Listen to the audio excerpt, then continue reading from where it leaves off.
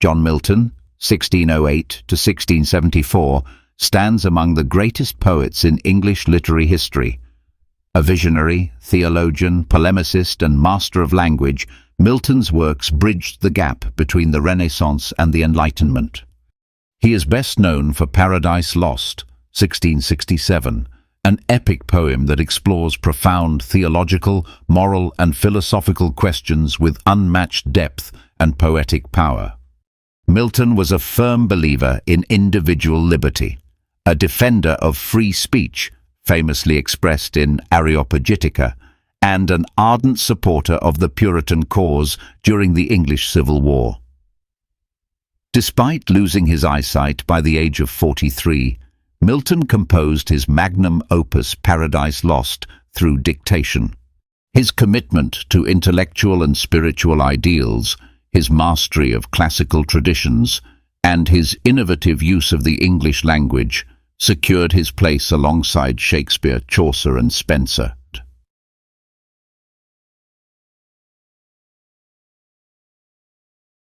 Milton composed Paradise Lost during a time of political upheaval in England. The monarchy had been overthrown, and the Puritan Commonwealth had risen under Oliver Cromwell, only to fall back into monarchy with the restoration of Charles II. Milton, a staunch Republican and Puritan, found himself politically and personally isolated. Paradise Lost reflects this turbulent context. It blends classical epic tradition with Christian theology and personal struggle. The poem was first published in 1667 in 10 books and later revised into 12 books in 1674. The poem's famous invocation of the Muse includes Milton's aim to justify the ways of God to men.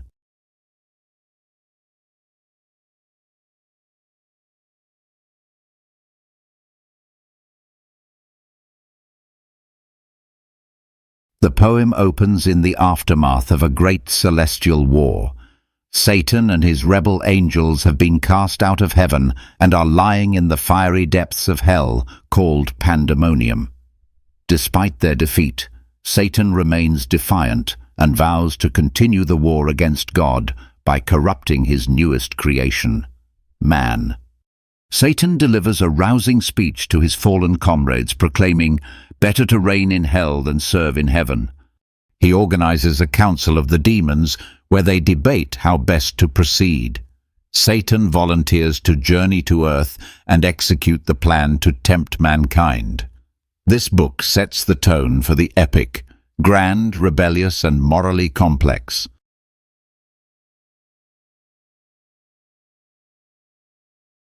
The council in hell continues to debate strategies. The demons Mammon, Belial, Moloch, and Beelzebub present various suggestions. Ultimately, Satan's idea of corrupting mankind prevails. Satan embarks on his journey through chaos and night, navigating the void between hell and earth. Along the way, he encounters allegorical figures such as Sin, his daughter, and Death, his son, guarding the gates of hell. After an intense dialogue, Satan passes through and begins his journey toward Eden.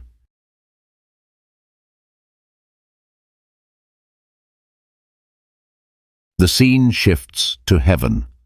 God, omniscient and eternal, sees Satan's plan and foretells man's fall.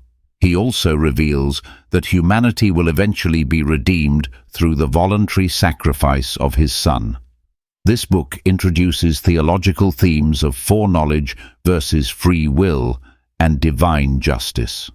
The Son offers himself for sacrifice, saying, "Behold me then, me for him, life for life." God accepts and praises him, establishing the Son's role in redemption. Meanwhile, Satan lands on earth and disguises himself to begin his work.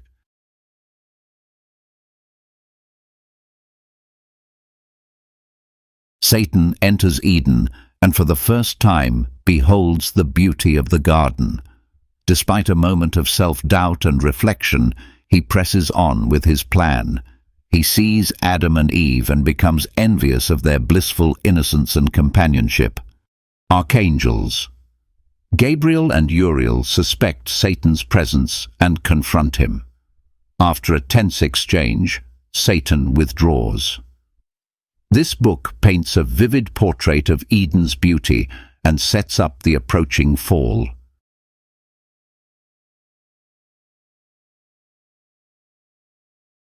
God sends the archangel Raphael to warn Adam and educate him about obedience and the dangers of disobedience.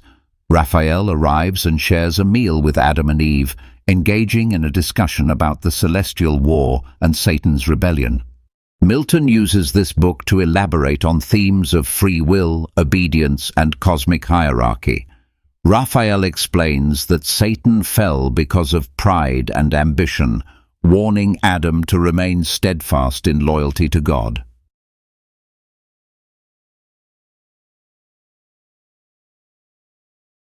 Raphael continues his narration of the war in heaven. Satan, once the most glorious of angels, led a third of the heavenly host in rebellion. The Son of God ultimately defeats Satan and casts him and his followers out of heaven. The war is depicted in vivid martial terms. Angels hurl mountains, clash in heavenly armor, and engage in celestial combat.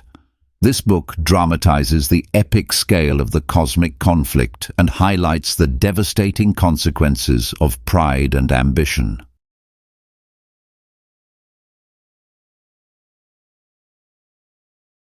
Adam, eager to learn more, asks Raphael about the creation of the world.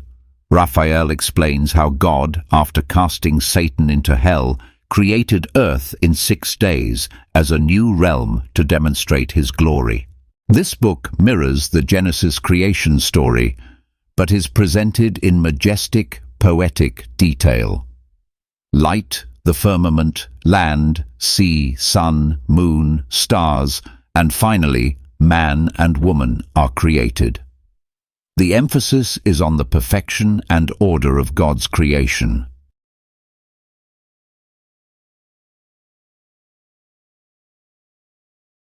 Adam recounts his first memories, his awakening in the garden, his conversation with God, and his desire for a companion.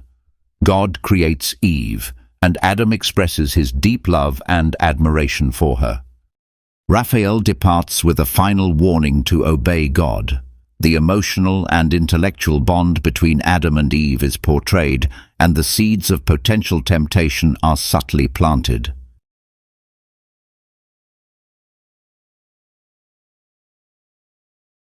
This is the most climactic and tragic book of the epic. Satan, having returned to Eden, takes the form of a serpent. He finds Eve alone and flatters her, tempting her to eat the forbidden fruit of the tree of knowledge. Eve yields to the temptation and eats the fruit. Adam, upon learning of her act, chooses to eat as well, not wanting to be separated from her. Their disobedience leads to an immediate change. They become aware of their nakedness and feel shame and guilt. This pivotal moment encapsulates Milton's exploration of free will, love, and the nature of sin. The fall is not just a personal tragedy, but a cosmic one.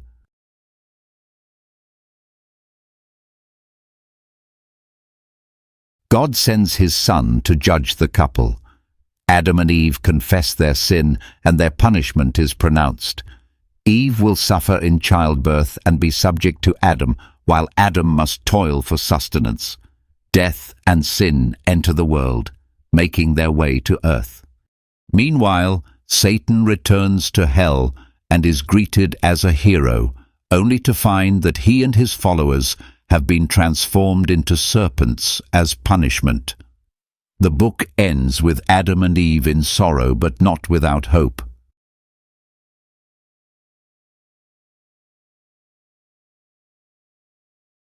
God commands Michael to expel Adam and Eve from Eden, but also to reveal to Adam the future of mankind.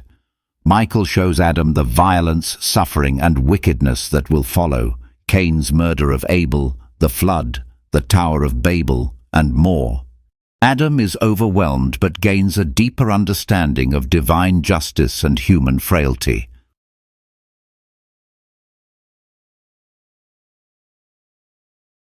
Michael continues the vision, showing Adam the history of Israel, the coming of the Messiah, and the final redemption of mankind through Christ's sacrifice.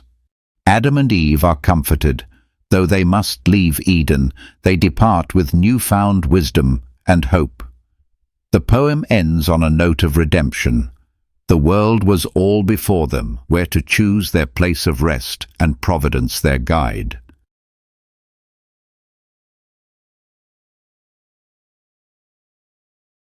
Free will and predestination. Milton explores the tension between divine foreknowledge and human free will. While God foresees the fall, humans are still morally responsible for their choices. This theme is central to the poem's moral and theological structure. Obedience and rebellion. Satan's rebellion and Adam and Eve's disobedience both stem from pride and a desire for autonomy. Milton emphasizes the importance of obedience to divine authority as the foundation of moral order. The nature of evil. Satan is a complex figure, proud, charismatic, and tragically self-deluded. Milton portrays evil not as a simple force, but as the result of willful perversion of good. Redemption and hope. Despite the fall, Paradise Lost ends on a hopeful note. Through the Son's sacrifice, humanity can achieve redemption. This embodies Milton's Christian belief in divine grace and the possibility of salvation. The role of women. Eve's portrayal has sparked much debate. Some view her as subordinate and culpable, while others see her as a symbol of curiosity and moral agency. Milton's treatment of gender reflects both the era's norms and his own ambivalence.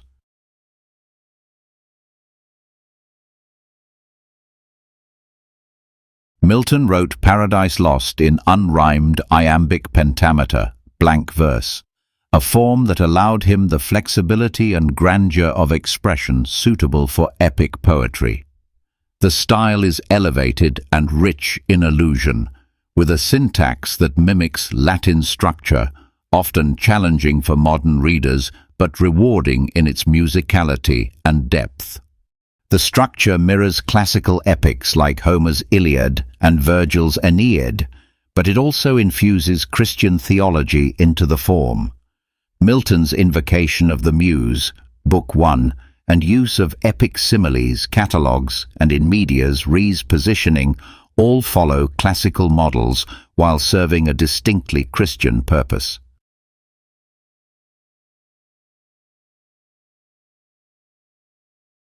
Satan, the complex anti-hero. Perhaps the most compelling character, Satan is portrayed with grandeur and tragic depth. He exhibits heroic traits, courage, leadership, eloquence, but is driven by pride, envy, and ambition. His famous line, "Better to reign in hell than serve in heaven," encapsulates his rebellious spirit. Critics like William Blake considered him the true hero, though Milton clearly frames his rebellion as morally wrong. Adam, the reasonable man. Adam represents rationality, obedience, and love. While he falls, his fall is portrayed as an act of love, choosing to join Eve rather than lose her. His discussions with Raphael and Michael display his growing moral and philosophical awareness. Eve, the curious and complex companion. Eve is portrayed with beauty, intelligence, and curiosity. Though she is often blamed for the fall, Milton gives her considerable dignity. Her desire for knowledge and autonomy, rather than malice, leads to her transgression. Feminist readings often highlight her complexity and critique her traditional portrayal. God and the Son. God is portrayed as just, omniscient, and loving, though somewhat remote. The Son acts as the mediator, embodying divine mercy and redemption. His willing sacrifice for humankind is a central Christian theme. Raphael and Michael. These angels serve as mentors and guides. Raphael educates Adam in spiritual matters, while Michael reveals the future, offering both judgment and hope. Sin and death. Allegorical figures born of Satan's rebellion, sin, his daughter, and death, their offspring, guard the gates of hell. They symbolize the inevitable consequences of disobedience and the perversion of divine order.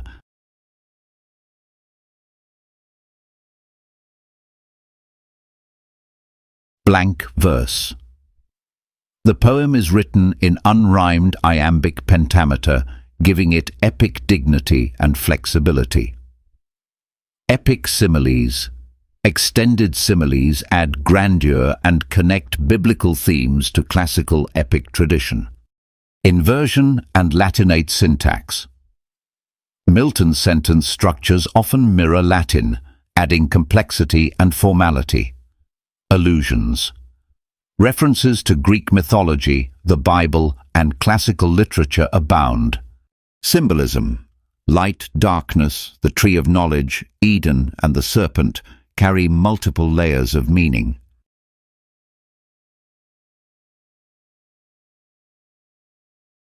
Romantic poets William Blake and Percy Shelley saw Satan as a misunderstood hero, a symbol of individual freedom against tyrannical authority. Christian critics.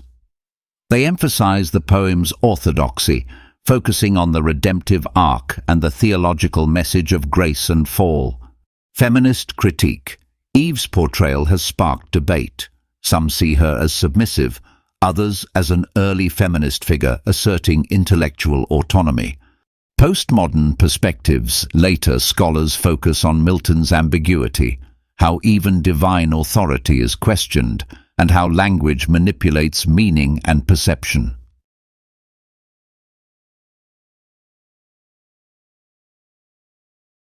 Paradise Lost has had a massive impact on literature, theology, and philosophy.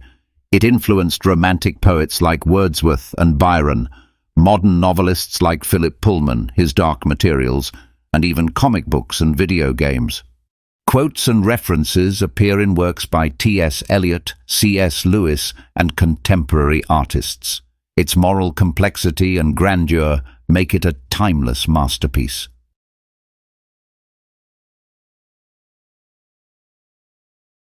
Homer's Iliad. While Homer emphasizes physical valor, Milton focuses on moral and spiritual courage. Virgil's Aeneid. Both poets aim to establish national identity, but Milton's is a spiritual nation, humanity seeking redemption. Dante's Divine Comedy shares theological purpose, but Milton's hell is more psychological, internalized, and political.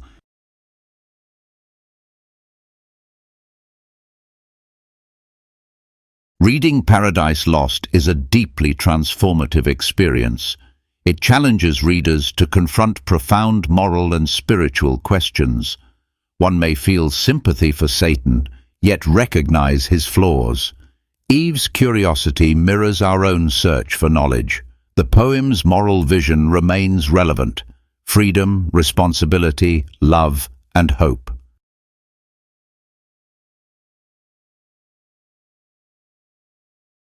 Paradise Lost is not merely a poetic retelling of the fall of man. It is a profound exploration of human nature, divine justice, and the eternal struggle between good and evil. Through his magisterial verse, John Milton offers readers not just a story, but an invitation to reflect on the moral choices that define our existence. It is a poem that transcends time, echoing the intellectual, spiritual, and emotional depths of humanity. Whether read for its artistic brilliance, its theological insights, or its dramatic intensity, Paradise Lost remains one of the greatest achievements in world literature.